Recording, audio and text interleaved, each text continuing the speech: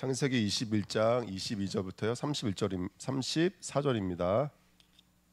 제가 한 절 여러분이 한 절 교독하겠습니다. 그때 아비멜렉과 그 군대 장관 비골이 아브라함에게 말하여 이르되 내가 무슨 일을 하든지 하나님이 너와 함께 계시도다.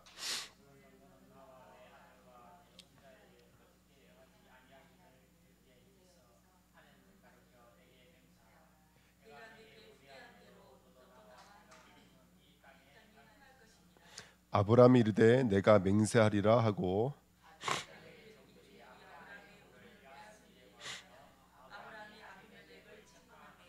아비멜렉이 이르되 누가 그리하였는지 내가 알지 못하노라. 너도 내게 알리지 아니하였고 나도 듣지 못하였더니 오늘에야 들었노라.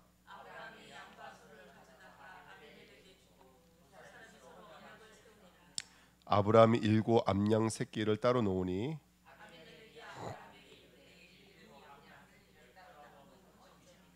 아브라함이 이르되 너는 내 손에서 이 암양 새끼 일곱을 받아 내가 이 우물 판 증거를 삼으라 하고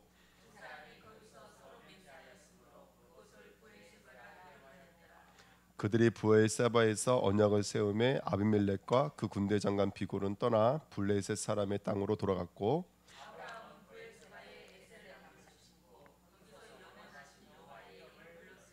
같이 읽겠습니다. 그가 블레셋 사람 땅에서 여러 날을 지냈더라. 아멘. 기도하겠습니다.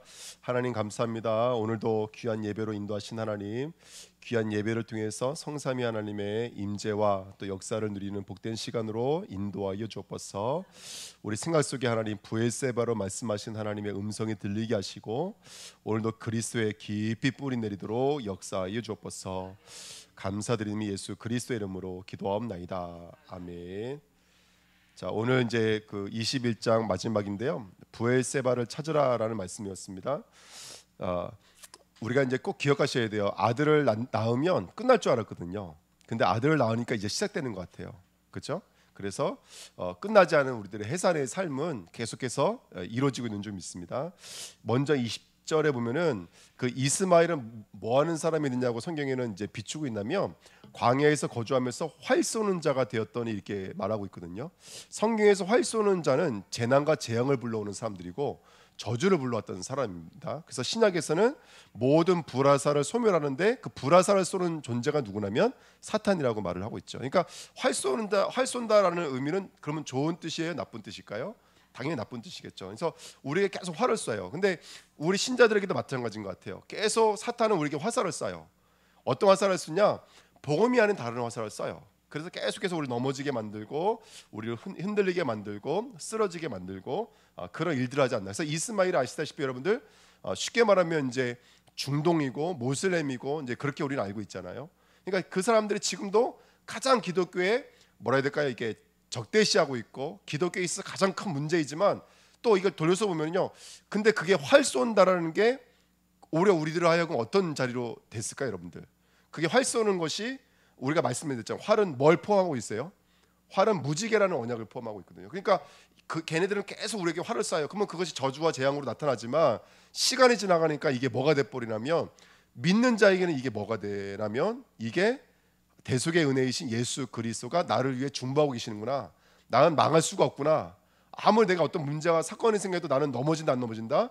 절대로 넘어지지 않구나. 그게 언약으로 발견되더라는 거예요. 근데 믿지 않는 자들에게는요. 그냥 그 불화살에 어떻게 되는 거죠? 전수돼 버리는 것이죠. 완전 타서 없어지는 거예요.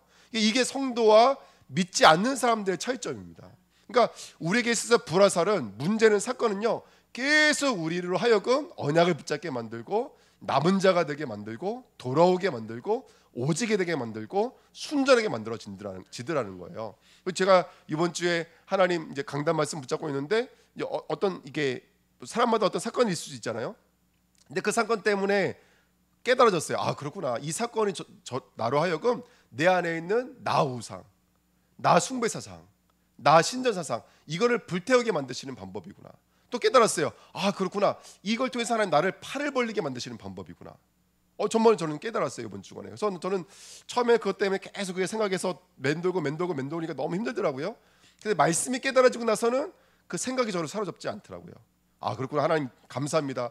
저로 하여금 이것 때문에 팔을 벌리게 만들어서 이제는 노년의 시간표 속에 들어가게 하시고 해산의 축복을 누리게 하시니 감사드립니다. 완전 역전되는 거 있죠. 그러니까 계속해서 사단은 우리에게 불화살을 쏘고 있지만 우리는 그 불화살에 절대로 넘어지더라 안 넘어지더라? 넘어지지가 않더라. 예. 그러면 뭐의 차이일 뿐이냐? 성도와 불신자의 차이일 뿐이에요. 성도는 그 불화살이 오히려 우리로 하여금 깨끗하게 만들어지고요, 더욱더 튼튼하게 만들더라는 거예요. 근데 믿지 않는 사람은 그것 때문에 그냥 넘어지는 거예요. 그래서 헤어나오지 못하는 것이죠. 이게 바로 이스마엘이 지금 우리에게 하고 있는 일이에요. 가룟 유다가 우리에게 했던 일들인 거예요. 유대교가 우리에게 했던 일들인 거예요. 지금도 우상 숭배가 우리에게 하고 있는 일인 거예요. 율법이 지금도 우리에게 하고 있는 일들인 거예요. 그래서 이런 불화살을 쏠 때 넘어지지 않고 그 속에 하나님의 메시지가 무엇인지를 들을 수 있는 성도 되시길 축원드립니다. 기억하세요. 하나님과 나 사이에는 뭐가 있다고요? 무지개가 있다니까요. 그러니까 다시는 내가 이걸로 너를 멸절하지 않겠다.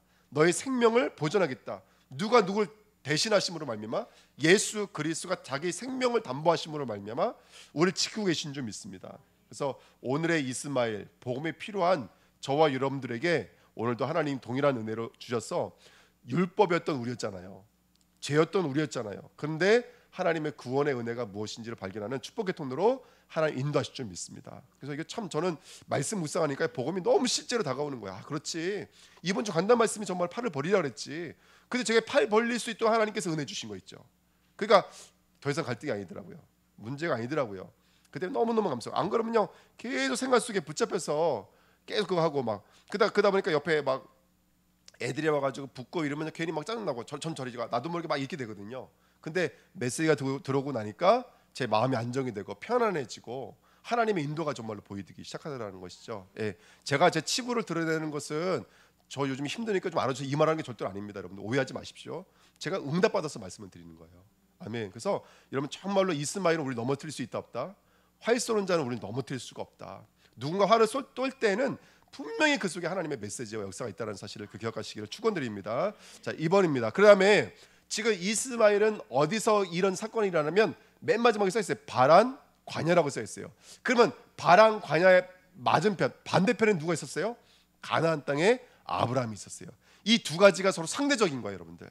그래서 오늘 한쪽에서는 이렇게 율법에 묶여서 복음이 생명이 되지 못하고 그냥 죽을 수밖에 없는 사람들이지만 한쪽에서는 누가 역사하시더라는 것이죠. 한쪽에서는 하나님이 역사하시더라는 것입니다. 그래서 아비멜렉이 와서 오늘 했던 얘기가 뭐예요? 우리 아까 읽었지만 22절, 23절 읽었지만 이거였어요. 23절에 보시면 아비멜렉이 와서 한 얘기가 뭐냐면 이거예요. 그런즉 너는 나와 내 아들과 내 손자에게 하면서 뭐 하지 말라는 거예요, 여러분들. 그럼 이 거짓말의 내용이 뭐였죠? 그렇죠. 너 아내를 누이라고 말하지 마 이거였어요. 근데 제가 이거 묵상해봤는데 이거 굉장히 중요한 메시지더라고요. 지금 아비멜렉은 누구의 거짓말 때문에 죽을 뻔했어요, 여러분들. 아브라함의 거짓말 하나 때문에 온 가정의 태가 다칠 뻔했잖아요. 가문이 완전히 어떻게 될 뻔했어요, 여러분들? 멸절당할 뻔한 일이었잖아요. 그러니까 심각한 일이죠. 그러니까 오죽하면 아비멜렉이 야 나만이 아니라 내 아들에게도 내 손자에게도 와서 너 절대로 뭐라고 말하지 마. 절대로 언약을 아내를 누이라고 말하지 마. 근데 전 이게 메시지가요 너무 중요한 메시지 다가오는 거예요. 그게 뭐냐면 여러분 우리가 이 복음의 진리가요 혹시 저 사람들에게 잘못되어 흘러가면 저 사람은 어떻게 되는 거예요? 망하는 거예요, 여러분들. 그렇죠? 예를 들어서 예수를 믿는다는 게 착한 예수로 믿는 곳으로 들려가지고 그 사람 영접해 버리면 그 사람 구원 받아요, 못 받아요? 못 받아요. 인간의 행실로 해서 구원받는 그런 사회 규범의 사회 이치의 복음이면 그 사람 구원받을 수 있어요, 없어요? 없어요. 그래서 이 복음이 잘 전달되어져야 돼요. 그래서 여러분 아시다시피 성막 운동할 때 보면 성막을 이렇게 지으면 그 옆에는 아무나 그 안에 있는 일들을 볼 수가 없다라는 의미로 울타리를 쳐놨잖아요. 이거는 하나님이 보여주시지 않고 하나님이 알려주시지 않으면 그 안에 있는 일들은요 우리의 눈으로는 절대로 읽어낼 수가 없어요. 그렇죠? 이 땅의 모든 종교는요 그 울타리를 갈아놓지 않았기 때문에 여러분 우리의 어떤 이 보편적인 가치를 얼마든지 들여다볼 수가 있잖아요. 그렇죠? 착하게 살면 돼. 제 친구에게 복음을 전했어요. 뭐라는 줄 아세요? 그 친구가 이렇게 말하는 거예요. 모든 종교는 같다는 거예요. 착하게 살면 되지. 열심히 살면 되지. 그것으로도 충분하다라는 거예요. 그러니까 모든 종교는 다 그렇게 가치관들이 통해요, 여러분들. 인과율 다 통하는 이 메시지들이에요. 근데 복음은 절대 이 안에서 무슨 일이 있었는지를 말해주지 않으면 알아낼 수가 없어요. 그래서 그것이 울타리로 넘어간다 그래서 알레떼이야 넘어간다, 이게 진리예요. 바깥에는 알아요 몰라요? 절대로 몰라요. 그래서 오죽하면 아비멜렉이 뭐라고 말하겠어? 너 거짓말만 말하면 우리 어떻게 된다는 거예요? 우리 죽다 이거 어떻게 보면 이 땅의 외침인지도 몰라요. 지금 바깥에 저 불신자들과 이 땅의 우주 만물들이 아들의 때를 기다리면서 외친다 그랬잖아요, 여러분들. 그러면 정말로 우리는 뭐 말해줘야 되냐면 그리스도 복음을 말해줘야 되는 거예요. 오늘도 이제 정남호 권사님 이제 그 퇴원하셔서 요양병원으로 이제 옮기시게 됐거든요. 그래서 이제 요양병원 가면 이제 면회가 안 될 것 같아서 이제 오늘 아침에 가서 잠깐 만나서 기도해드리고 왔는데요. 완전히 병실이 완전히 무슨 뭐 오늘 기도 파티였어요. 막 지나가다가 우리 늘 사역할 때 도와주셨던 청소하는 권사님 오셔가지고 기도해달라 그리고, 그렇죠? 또 옆에 어떤 환자분 누워 계시는데 목사라 그러니까 이분이 마음의 문을 활짝 열어주시더라고요. 천주교 성도인데. 그래서 제가 시간이 없고 바깥에서 안 그래도 간호사 소리 지르는 소리가 들리더라고요. 벌써 나가라는 얘기죠. 그래서 짧게 기도했어요. 성도님, 천주교 성도님에게 그랬어요. 성도님, 우리 인간의 문제가 하나님을 떠나 있는 죄 문제입니다. 그 죄를 붙잡고 있는 게 사단의 문제인데 이 인간의 근원의 문제를 해결하기 위해서 예수님께서 십자가 못 박으심으로 말미암아 우리 죄 문제, 사단의 문제, 하나님 떠난 문제 해결하셨습니다. 그래서 그 예수님, 그 사단을 이기신 예수님, 우리 죄를 용서하신 그 예수님을 어떤 인간의 선한 행위로서 구원받는 것이 아니라 그 예수를 마음에 믿는 믿음으로 구원받습니다. 짤막하게 복음을 전하고 왔거든요. 근데 그 복음이 정말로 이분에게 들려졌으면 구원받는 거예요. 근데 그렇지 않고 또 천주교의 선행으로 들렸으면 구원받았을까요? 못 받았을까요? 구원 못 받는 거예요. 그래서 그렇게 복음을 전하고 왔는데 어쨌든 정말 우리가 그런 것 같아요. 이 복음이 복음으로 들린다라는 게 참 귀한 건데 사단은 이 복음이 계속 어떻게 될까요? 거짓말로 들리게 만드는 게 사단의 역사가 아닌가. 근데 여러분 아시다시피 예수님께서도 이렇게 말씀하셨어요. 자, 이번에 지금 몇 번 하고 있냐면 이번에 2번 보십시오. 깨달음이라는 것은 그래요.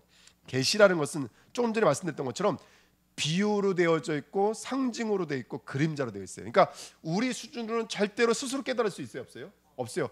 도덕과 윤리를 잘 해가지고 100점 맞던 친구가 스스로 이 복음의 진리를 깨달을 수가 없습니다, 여러분들. 절대로 깨달을 수가 없어요. 그렇죠?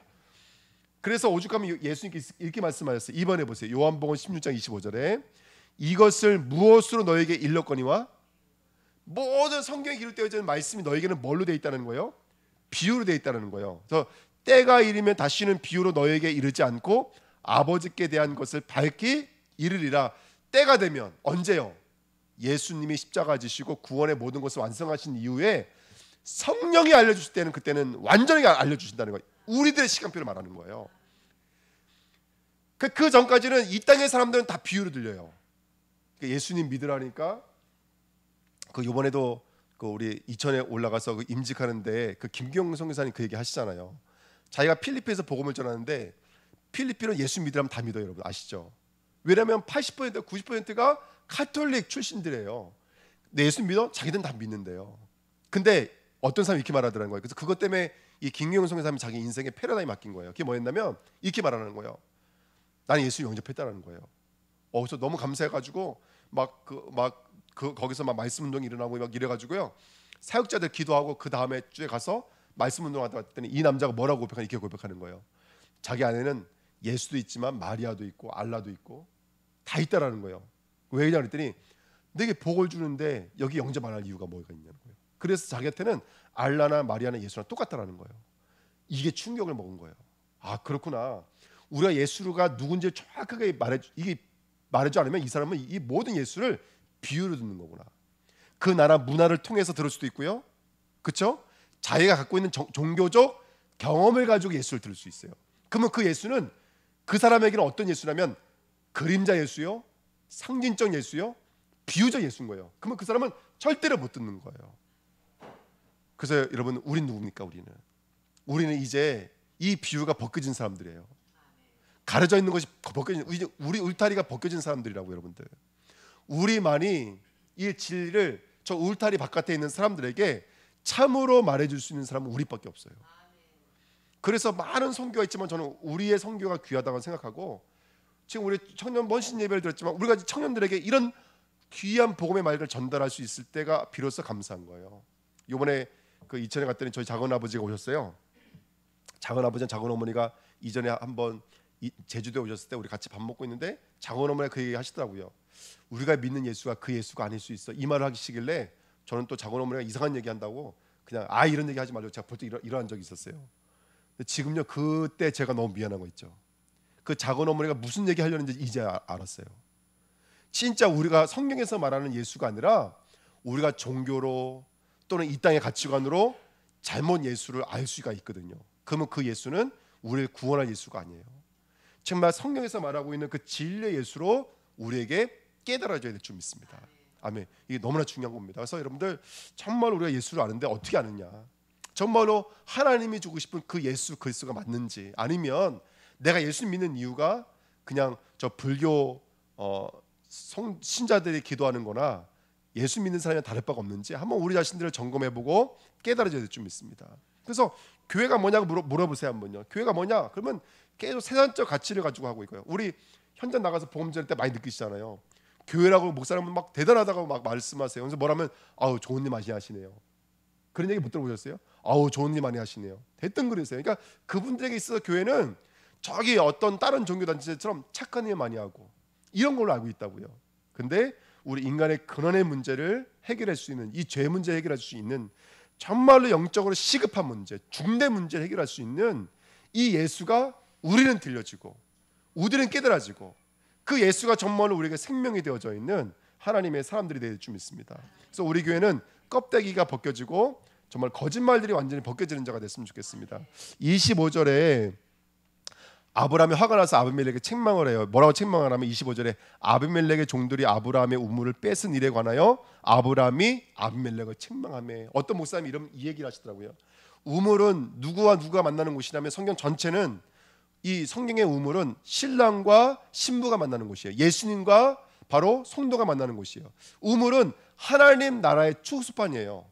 이 하나님 나라의 축소판 중에 하나가 교회예요. 아멘.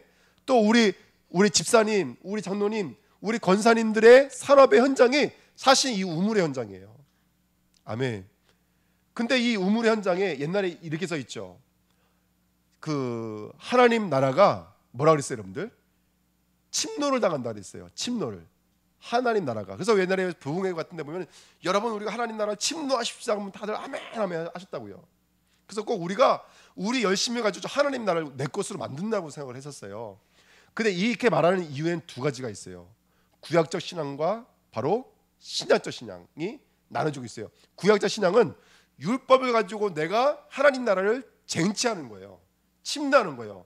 근데 예수 그리스도가 오신 다음부터는 반대가 돼버렸어요. 하나님의 나라가 우리를 침노해 들어오는 거예요. 구원은 내가 추구해서 내가 빼앗는 것이 아니라 사실 하나님이 나를 사탄에게서 빼앗아 온 거예요. 하나님의 나라가 내게 침노해 들어온 거예요. 여기 이 사람들이 우물을 빼앗다고요. 이 우물을 빼앗는 이 아비멜렉의 종들은 뭘 상징하고 있는 거냐면 바로 구약적 신앙, 율법적 신앙을 상징하고 있는 거예요. 근데 아브라함이 나중에는 이삭은 더 잘하죠. 이삭은 더 내용이 잘 나와 있잖아요. 이삭은 싸워요, 안 싸워요? 안 싸워요, 여러분들. 왜요? 10번을 봐도 셈의 근원을 찾을 거기 때문에 그래요. 왜? 이 사람은 계속 누가 쫓아오고 있는 거예요? 근원자가 쫓아오고 계시는 거예요. 셈의 근원자가 쫓아오고 계시는 거예요. 그 셈의 근원자가 누굽니까? 예수 아니십니까? 이스라엘 사람들, 유대인들이 뭐라 그랬어요? 야곱의 우물을 마신다 그랬어요. 모세의 우물을 마신다 그랬어요. 근데 예수님이 뭐라 그랬어요? 내가 주는 물을 마시면 다시는 못 마르지 않는다 그랬어요. 그 셈의 근원은 누굴 말하는 거예요? 우리에게 침례에 들어오시는 예수 그리스도를 말하는 거예요. 제가 이 말씀 붙잡으면서 그렇지, 진짜 이 복음은 진리로 전달돼야 되는데 이 진리로 전달되는 것조차도 누구의 열심이고 누구의 사랑이고 누구의 은혜라면 하나님의 은혜라는 거예요. 그래서 우리가 감히 우리 청년을 두고 선포할 수 있는 것은 뭐냐면 그 청년들에게 이미 침노하신 분은 우리가 아니기 때문에 그래요. 하나님의 은혜이기 때문에. 그래서 우리 청년들은 살아날 수밖에 없어요. 우리 후대들은 살아날 수밖에 없어요. 할렐루야. 우리가 침노하는 것이 아니라 침노하시는 분이 하나님이기 때문에 그래요. 그리고 실제로 그 말씀을 문법으로 제대로 해석을 하면요, 이거 헬라에만 있는 단어예요. 그게 뭐냐면 쓰기는 능동태로 써 있는데 읽기는 수동태로 있는 단어가 있어요. 그게 바로 그거예요. 그러니까 우리가 곧 침노하는 것처럼 써 있지만 사실은 천국이 우리를 침노해 들어오는 거예요. 그 단어가 써 있는 게 바로 그 본문, 대표적인 본문입니다. 그래서 여러분 정말로 우리가 오늘도 우리가 은혜를 구해야 될 것은 뭐냐면 정말로 하나님의 나라가 우리를 침노해 들어와서 이 가려져 있는 거, 보험의 비밀을 알지 못했던 우리의 오래된 각인과 틀들이 완전히 침노당해서 강탈당해서 정말로 그리스도를 볼 수 있는 이 울타리가 완전히 벗겨져 있는 진리가 계시되어져 있는 저와 여러분 되시기를 예수님의 이름으로 뜻드립니다. 그래서 오늘 아비멜렉을 통해서 하나님이 우리에게 요구하시는 거예요. 하나님께서 뭘 요구하시는 거냐면 이제 부엘세바, 맹세라는 거예요. 야, 맹세. 하나님이 이게 일곱으로 말씀하고 있는 이 맹세가 누구의 고백이 돼야 돼요? 예, 우리의 고백이 돼요. 자세히 읽어보시면 첫 번째 누가 누구에게 맹세라고 말해요? 아비멜렉이 아브라함에게 맹세라고 그래요. 두 번째 24절이면 아브라함이 맹세하겠다 그래요. 세 번째는 두 사람의 강치 맹세예요. 이건 하나의 그림이에요. 우리가 처음에는 은혜를 구하는 자였어요. 하지만 나중에 하나님께서 우리에게 은혜를 주셔서 이제 그 하나님의 복음이, 진리의 복음이 우리의 맹세가 되게 만들고 우리의 고백이 되게 만들고 우리의 포럼이 되게 만들고 우리 입술의 증거가 되게 만드시는 것이 바로 하나님의 열심인 줄 믿습니다. 그래서 요한복음 14장 16절 31절에 성령이 오시면 함께 하세요. 성령이 오시면 진령이 보게 만들고 깨닫게 만들어 그랬어요. 요한복음 14장 16절 17절에 또 18절 19절에는 그와 같이 버려두지 않고 끝까지 함께 하시면 끝까지 보게 만드시겠다는 거예요. 20절에는 그래서 그날에는 그가 내 안에 내가 그 안에 있는 것 같이 너희들도 우리 안에 있는 것을 너희 스스로가 알게 될 거라고 그랬어요. 그리고 23절에는 거처를 예배한다 그랬습니다. 24절에는 사랑하는 자가 들을 수 있다 그랬어요. 이게 성령께서 오시면 이 일들이 일어나는 줄 믿습니다. 그래서 세 가지 맹세, 아까 23절, 24절, 31절 말씀드렸지만 그래서 때로는 기도의 시간표, 고백의 시간표, 언약을 붙잡는 시간표가 다 다르지만 어쨌든 그 고백이 우리의 고백, 이제 주는 그리스도시요 살아계신 하나님의 아들입니다. 이게 우리의 고백되어지는 그날까지 하나님은 계속해서 우리에게 7번 반복해 주셔서 그것이 나의 고백되어지는 자리까지 인도하시는 줄 믿습니다.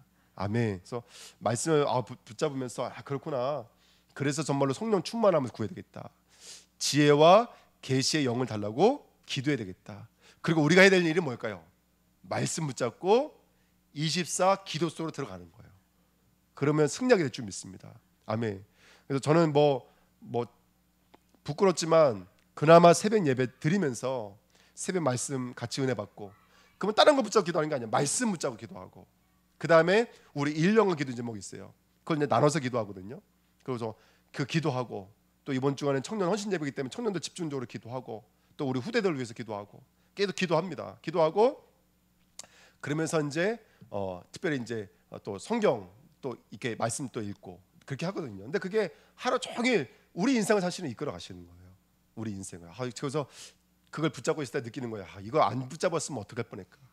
이 말씀 안 붙잡고 있었으면 또 내 생각이 나갔을 텐데, 내 감정이 나갔을 텐데, 그러면 얼마나 오늘 하루도 눌리고 힘들고 아팠을까 생각하면은 진짜 은혜예요, 여러분들. 그래서 이 비밀이 깨달아지는 은혜가 있었으면 좋겠습니다. 아까 우리 전사님이 그 남은 자에 대해서 얘기하면서 디압스포라 얘기했잖아요. 남은 자는 뭐가 전제되어져 있는 거예요? 꽝 흩어짐이 전제되어져 있는 거예요. 근데 흩어져 있는 자를 어떻게 하겠다는 거예요? 남은 자를 불러들이겠다는 거예요. 결국의 자리를 만드시겠다는 거예요. 제가 이런 생각이 들었어요. 똑같은 메시지를 했어요. 우리 어떤 거 듣고 싶어요? 돌아오는 거 듣고 싶어요? 흩어지는 거 듣고 싶어요? 우리는 대부분 흩어지는 건 메시지를 안 듣고 싶어요. 돌아오는 것만 듣고 싶지. 그래서 전사님 분명히 똑같은 메시지를 했어요. 흩어진 디아스포라 하지만 남은 자, 그죠? 이걸 두 가지 합치면 스알 야숲이 돼요. 근데 중요한 건 뭐냐면, 근데 가려져 있는 사람은 뭐가 강점을 들릴까요? 가려져 있는 사람은 교회에서 왜 맨날 십자가 얘기만 해? 교회에서 왜 맨날 저주만 얘기만 해? 맨날 왜 흩어진다는 얘기만 해? 이것만 들리는 거 아세요? 가려져 있는 사람들에게는. 근데 진리가 들려져 있는 사람은 뭐가 들릴까요? 이건 들리지 않아요. 이건 더 이상 문제가 되지 않아요. 이것만 들려요. 남은 자. 그치, 내가 남은 자지. 난 돌아오지. 나는 이기는 거지. 십자가 눌림이 아니야. 난 능력이지. 십자가 나는 능력이니까 난 능력이야. 나는 십자가만 싸울 거야. 내가 부인되지만 사단은 결박되는 거야. 난 내가 부인되지만 진리가 살아서 역사하시는 거야. 내 수준 초월해서 역사하시는 거야. 가려져 있으면 이게 커 보이고 막 이것 때문에 막 왜 우리 교회는 맨날 십자가 얘기합니까? 왜 우리 교회는 맨날 힘든 얘기만 합니까? 왜 죽으라고 말합니까? 살기도 바쁜데 지금. 그게 바로 가려져 있는 사람들인 거예요. 이게 비유로 말하는 거예요. 그래서 그 원어의 뜻이 그거잖아요. 내가 너희에게 비유로 말한다. 그 말이 공을 던질 때 제대로 던지는 것이 아니라 옆으로 비틀어 던진다는 거예요. 막으로 던진다. 막으로요. 그 막으로 던지면 받는 사람이 제대로 받을 수 있어요? 없어요? 없어요. 우리 스스로는 절대로 받을 수 없어요. 이거 성령께서 말씀하시지 않으면 들을 수 있는 사람이 아무도 없는 거예요. 근데 이게 들리는 시간표가 있습니다. 들리는 시간표가 깨달아지는 거예요. 그래서 교회 안에 여러분 우리가 정말 중보하며 기도해야 될 것은 뭐냐면, 특별히 우리 교육자들이 기도해야 될 것은 뭐냐면 이거예요. 정말로 복음을 증거하건 찬양에 인도하든지 간에 오늘 이 시간에 이것이 온전하게 전달될 수 있도록, 이게 비유로 전달돼 가지고요 막 넘어지고 아프고 이러지 않고 이것이 온전하게 전달될 수 있도록 여러분 기도해야 돼요. 정말입니다. 여러분들 뭐 쓸데없는 얘기 같지만 여러분 아시잖아요. 성도님들은요 그거 1, 2, 3, 4까지 가버려요. 예, 그러니까 너무너무 이게 사실은 무서운 얘기입니다. 그래서 우리가 정말로 이 사람들에게는 이것이 비유로 들리지 않고 정말로 진리의 복음을 들려줄 수 있도록, 아멘, 그렇게 해달라고 우리는 함께 기도해야 돼요. 그래서 참 사단은 참 진짜 사단은 지혜자가 맞구나. 원래 지혜가 원래 사단이 지혜자야 아니었습니까? 그러니까 사단은요 여러분들 정말 이 복음이 말하고 있는데 복음이 안 들리고 그 잠깐 비껴가면서 우회전했던 거 있잖아요. 좌회전했던 거, 이것만 남게 만들더라고요. 그래서 진짜 복음을 말해야 되는데, 근데 오늘 아브라함이 이 맹세 우물을 판 증거라고 갖고 온 게 뭐였어요? 소와 그쵸 양이었는데 사실은 소는 보이지도 않아요. 실제 내용은 뭐였죠? 암, 양, 새끼 7마리였어요. 이게 중요한 거예요. 그러니까 아브라함이 지금 이 역사를 통해서 지금 뭘로 고백하고 있는 거예요? 여러분 레위기 같은 데 읽어보면은 양 중에서도 암양과 새끼는 뭐가 없는 양이에요? 흠이 없는 양이고, 그 중에 7이라는 숫자는 이 양이 누구를 말하고 있는 거라면 그리스도를 말하고 있다는 분명한 언약을 갖고 있다는 거예요. 그러니까 아브라함이 오늘 이 모든 사건을 통해서 지금 당신에게 약속하신 브엘세바 맹세라는 말씀이 난 이제 뭔지 알았습니다. 나 오늘 이 자리에서 맹세합니다. 내게는 다른 메시지가 없습니다. 예수는 그리스도, 예수는 그리스도, 예수는 그리스도. 이 메시지 외에는 없다는 거예요. 이 메시지 외에는 없다는 거예요. 그게 바로 야음소를 드린 거예요. 그러니까 오늘 이게 맹세지 지금 아비멜렉의 제사를 지내는 사건이 아니잖아요. 그러니까 아브라함이 암양 7을 데려왔을 때는 이게 메시지예요. 고백이라고요. 그 메시지가 무슨 의미인지 알았다는 거예요. 지금 일어나는 사건과 일어나는 일들이 내게 무슨 메시지를 주시려고 하시는지를 알았다는 거예요. 우리가 그렇게 쓰임 받았으면 좋겠습니다. 세 번째입니다. 우물의 축복입니다. 우물은 신랑과 신부가 만나는 곳이에요. 교회를 상징합니다. 우리 주은혜 교회와 우리 청년들이요 이 우물의 축복을 누리는 귀한 은혜가 있었으면 좋겠습니다. 천국이 임했으면 좋겠습니다. 하나님의 나라가 임했으면 좋겠습니다. 할렐루야. 근데 그 우물에서 오늘 뭐가 있다 그랬죠? 맨 마지막에 보시면 에셀 나무를 심었어요. 33절에 보면 아브라함은 브엘세바에 무엇을 심었죠? 에셀. 평상시에는 나무에 머물렀는데 오늘 나무를 심었단 말이죠. 심었습니다. 근데 그러면 이 에셀 나무가 참 의미가 있어요. 제가 에셀 나무에 대해서 공부를 해보니까 에셀 나무의 뜻은 뭐냐면 작은 나무 이런 뜻이에요. 작은 숲 이런 뜻이에요. 근데 여기는 좀 아주 중요한 의미가 있는데 그게 뭐냐면 나무는 작은데 뿌리는 그렇지 않아요. 뿌리는 보통 20m에서 30m를 내려가는 나무가 이 나무예요. 그러니까 보통 나무들보다도 뿌리는 더 커요. 그래서 여러분들 복음의 모양이 그런 것 같아요. 우리의 겉은 작지만 우리의 뿌리는 한없이 긴 거예요.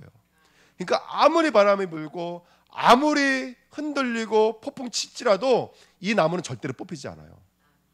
이 나무는 절대로 죽지 않아요. 아무리 가뭄이 들어도 죽지 않아요. 아무리 바람이 불어도 뽑히지 않아요. 그게 에셀 나무예요, 여러분들. 그래서 다른 나무들은 다 말라 죽어도 이 나무는 꿋꿋내 본인 하나 사는 정도가 숲을 이루는 거예요. 그래서 에셀 나무는 작은 숲, 작은 나무 이런 뜻이에요. 저희 말씀 붙잡으면서 언약 붙잡은 땡이 그랬어요. 하나님, 우리에게 뿌리를 허락해 주십시오. 우리에게 깊음을 허락해 주십시오. 우리 청년들에게 깊음을 허락해 주십시오. 깊음을. 근데 이거는 제가 우기는 거니까 여러분들 참고만 하십시오. 33절에 보시면 이렇게 써 있어요. 아브라함은 브엘세바에 에셀 나무를 심고 거기서 누구의 이름 불렀다고요? 예, 그 앞에는 여호와 이름 불렀다가 몇 번 나오잖아요. 근데 여호와 이름 불렀더라만 써 있는데 여기서는 영원하신 여호와 이름 불렀더라 이렇게 써 있어요. 근데 자세히 들여다보시면 12절에도 13절에도 여호와 이름 불렀거든요. 근데 그 고백이 어디서 터지냐면 14장에서 터져요. 거기서 뭐라고 나와 있냐면 지극히 높으신 이름 이렇게 써 있어요. 근데 그 지극히 높으신 이름은 어떤 고백이기도 하냐면 저 애굽 왕도 이겼고 저 여러 적군으로부터 나를 지켜낼 수 있는 지극히 높으신 분 이런 것을 함의하고 있어요. 두 번째 17장에는 물론 이건 아브라함의 고백은 아니지만 엘샤다이 능력의 하나님, 전능의 하나님이 고백되어져요. 어쨌든 성경을 통해서. 근데 두 개 다 어쨌든 능력의 이름이고 힘의 이름이었어요. 근데 세 번째 고백에서 약간 달라져요. 이 영원하신 이름은 어떤 의미냐면 은밀한 이름을 상징해요. 근데 이게 사실은요 성소의 모양인 거예요. 제단과 성소는 바로 이런 엘샤다이와 그 다음에 지극히 높은 자의 이름 이런 의미를 갖고 있지만 이 사람이 어디에 와 있냐면 시간표 속으로는 지성소에 와 있어요. 거기서는 은밀한 하나님이에요. 나중에 에스겔 성전 같은 데 보면은 골방이 있잖아요. 골방이요. 그래서 예수님도 골방에 들어가 기도하라고 했잖아요. 여러분 성도는 그런 것 같아요. 가면 갈수록 능력의 하나님이 역사해 주세요. 그래서 저 적군들을 꺾어 주십시오 라고 기도했던 사람이 신앙이 깊어지면 어떡한 줄 아세요? 하나님만 구하게 돼요. 하나님만 구하게 돼요. 당신만 내게서는 세세 무궁하기를 원하나이다. 이게 구한다. 그러니까 제가 이거 그냥 이거는 제가 우기는 건지도 몰라요.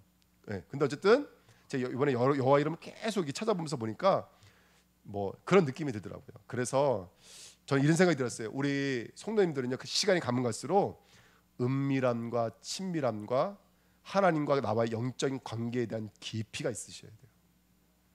정말입니다, 여러분들. 조그만 소리에도 흔들리고 눈에 보이는 것에 흔들리고가 아니라 그거 상관없어요, 여러분들. 근데 사람은요 혈과 육이 있기 때문에 작은 거에도 섭섭하기도 하고 흔들기도 해요, 사실은. 하지만 여러분 하나님과 나와의 깊은 관계가 있어야 돼요. 얼마만큼 깊은 관계가 있어야 되냐? 지나가는 세월에 흔들리지 않은 만큼. 아멘. 지나가는 세월에 흔들리지 않은 만큼 정말로 하나님과 나와의 깊은 관계. 그래서 여러분들 제단의 사람이 성소의 사람이 되고 성소의 사람이 지성소의 사람이 되고 그 지성소의 사람이 뭘 경험해야 되죠? 22장에 모리아 산에 준비되어져 있는 시은자의 축복까지 가셔야 돼요. 그 여러분 정말로 우리가 그 하나님과 나와의 깊은 관계가 있어야 될 줄 믿습니다. 아멘. 그래서 이게 너무나 중요한 이야기입니다. 그래서 정말 오늘 참 21장 이거 공부하면서 이 말씀 사실은 주일날 말씀 나누려고 했거든요. 근데 명절을 앞두고 수예배 오시는 분들이 참 대단하신 분들일 것 같아서 제가 특강처럼 이게 너무나 중요한 메시지. 이거 진짜 사실은 주일날 아껴뒀다가 이거 폭파시키려고 했는데 여기 오신 분 제가 특별히 드리겠다 생각이 들어가지고 오늘 말씀 나눕니다. 그래서 여러분들 우리 성도님들은요 참말로 하나님의 그 은혜가 발견되어서 그런 깊은 에셀나무의 삶 되시기를 축원드립니다. 그리고 우리 후대들을 두고 우리 후대들이 정말 에셀나무가 되게 해달라고요. 아멘. 바람이 불수록 진가가 나타나고 햇빛이 뜨거울수록 그 열매가 더욱더 찬란할 수밖에 없는 우리는 남은 자임 줄 믿습니다. 에셀나무의 축복 누려야 돼요, 여러분들. 그래서 그 복음으로 승리했으면 좋겠습니다. 그러면서 이번에 핵심 메시지 때 나왔던 산업 선교 때 렘넌트 전도하기 때 주셨던 말씀인데 제가 감동받았어요. 그게 뭐냐면 이 기사에 있어요. 부부를 뭘로 표현하면 로마서 16장 3절 4절 보니까 그들은 나를 위해서 뭐도 내놨다고 그래요? 목도 내놓은 사람이라고 말하고 있고 사도 바울은 위기 속에서 뭐라 그러죠? 로마도 보아야 하리라. 로마에서도 증언하여야 하리라. 또 어디 앞에 서야 하리라? 가이사 앞에 서야 하리라. 근데 저는 오늘 그 고백이 좀 새롭게 들리더라고요. 브엘세바가 나의 증언함이 됐으면 좋겠다. 그 일곱 암양이 아브라함의 증언함이었던 것처럼 내 인생을 두고 나는 어떤 일곱 증거를 갖고 있을까? 내가 붙잡고 있는 진리의 복음의 메시지는 뭘까? 목이라도 내놓을 수 있고 어떤 위기 속에서도 끝까지 나는 그 자리까지 나갈 수밖에 없는 그 목적지 나는 무엇일까? 오늘 다시 한번 더 점검하고 고백하는 시간표 됐으면 좋겠습니다. 그리고 사도 바울 이렇게 써 있어요. 사도행전 보십시오. 안식일마다 이렇게 써 있어요. 안식일마다. 그러니까 이게 사실은요 이게 어떻게 보면 영적으로 자기 인생을 두고 뭔가 흔들리지 않은 뭔가 기둥이 서 있는 거예요. 그 브엘세바가 서 있는 거예요. 7말씀, 7번을 먹여주셨던 그 말씀이 내게 저 멀리 깊이 뿌리 내려져 있고 각인되어져 있고 체질되어져 있는 것이죠. 그러니까 현실과 상관없고 환경과 상관없이 그 길을 갈 수가 있는 거예요. 저는 이 말씀 붙잡으면 너무너무 사모가 되고 은혜가 되더라고요. 안주태 성교사님 오늘 퇴원하셨는데 보니까 뭐 바로 또 들어가시려고 하시는 것 같아요. 이제 박균 장로님이랑 결단을 내리시고 두 분이 같이 들어가시려고 하시는 것 같아요. 제가 말씀을 드렸거든요. 1년만은 좀 여기서 치료만 받자. 오늘 전남원 권사 만나면서 그 얘기했어요. 같이 기도했어요. 권사님을 하나님 선자로 부르셔서 그 불러내셨으면 왜 불러내셨겠냐? 거기서 치료하실 것 같으면 거기 놔두셨겠지. 일로 불러냈을 때는 이유가 있지 않겠느냐. 근데 또 두 분은 또 그럼에도 불구하고 치료받다 될 때 나오더라도 현장으로 들어가겠다고. 그래서 이제 박균 장로님 결단 내리신 것 같아요. 이제 들어가시는 걸로 결단 내리신 것 같고, 또 우리 뷰티샵은 또 우리 집사님이랑 우리 안경영 선생님에 맡겨놓고 아마 들어가시려고 하시는 것 같고. 그런데 여러분 함께 기도해 주시면서 정말로 그분들의 그 믿음, 어쨌든 그분들도 깊은 뭔가 뿌리가 있기 때문에 고백하는 거겠죠. 저도 이제 더 이상 우기지 않고 기도하려고 그래요. 그래서 이제부터 하나님이 지켜주셔야죠. 하나님이 치료하시고 하나님이 역사하셔야죠. 아멘. 그래서 여러분 좀 같이 좀 기도 제목을 나누시고 좀 같이 소통하면서 그 응답 함께 누렸으면 좋겠습니다. 아멘. 그래서 우리 준에게 모든 성도님들이요, 각자 하나님 신겨 놓은 자리에서 에셀 나무의 축복 누리시기를 예수님의 이름으로 부탁드립니다. 우리 말씀 붙잡고 합심으로 한번 기도하겠습니다. 하나님 너무나 감사합니다. 하나님께서 우리에게 언약의 말씀을 주시고 하나님이 우리를 언약으로만 인도하시는 것을 감사드립니다. 이제 하나님 앞에, 아버지 언약 앞에 다른 말 하지 않도록 인도하소서.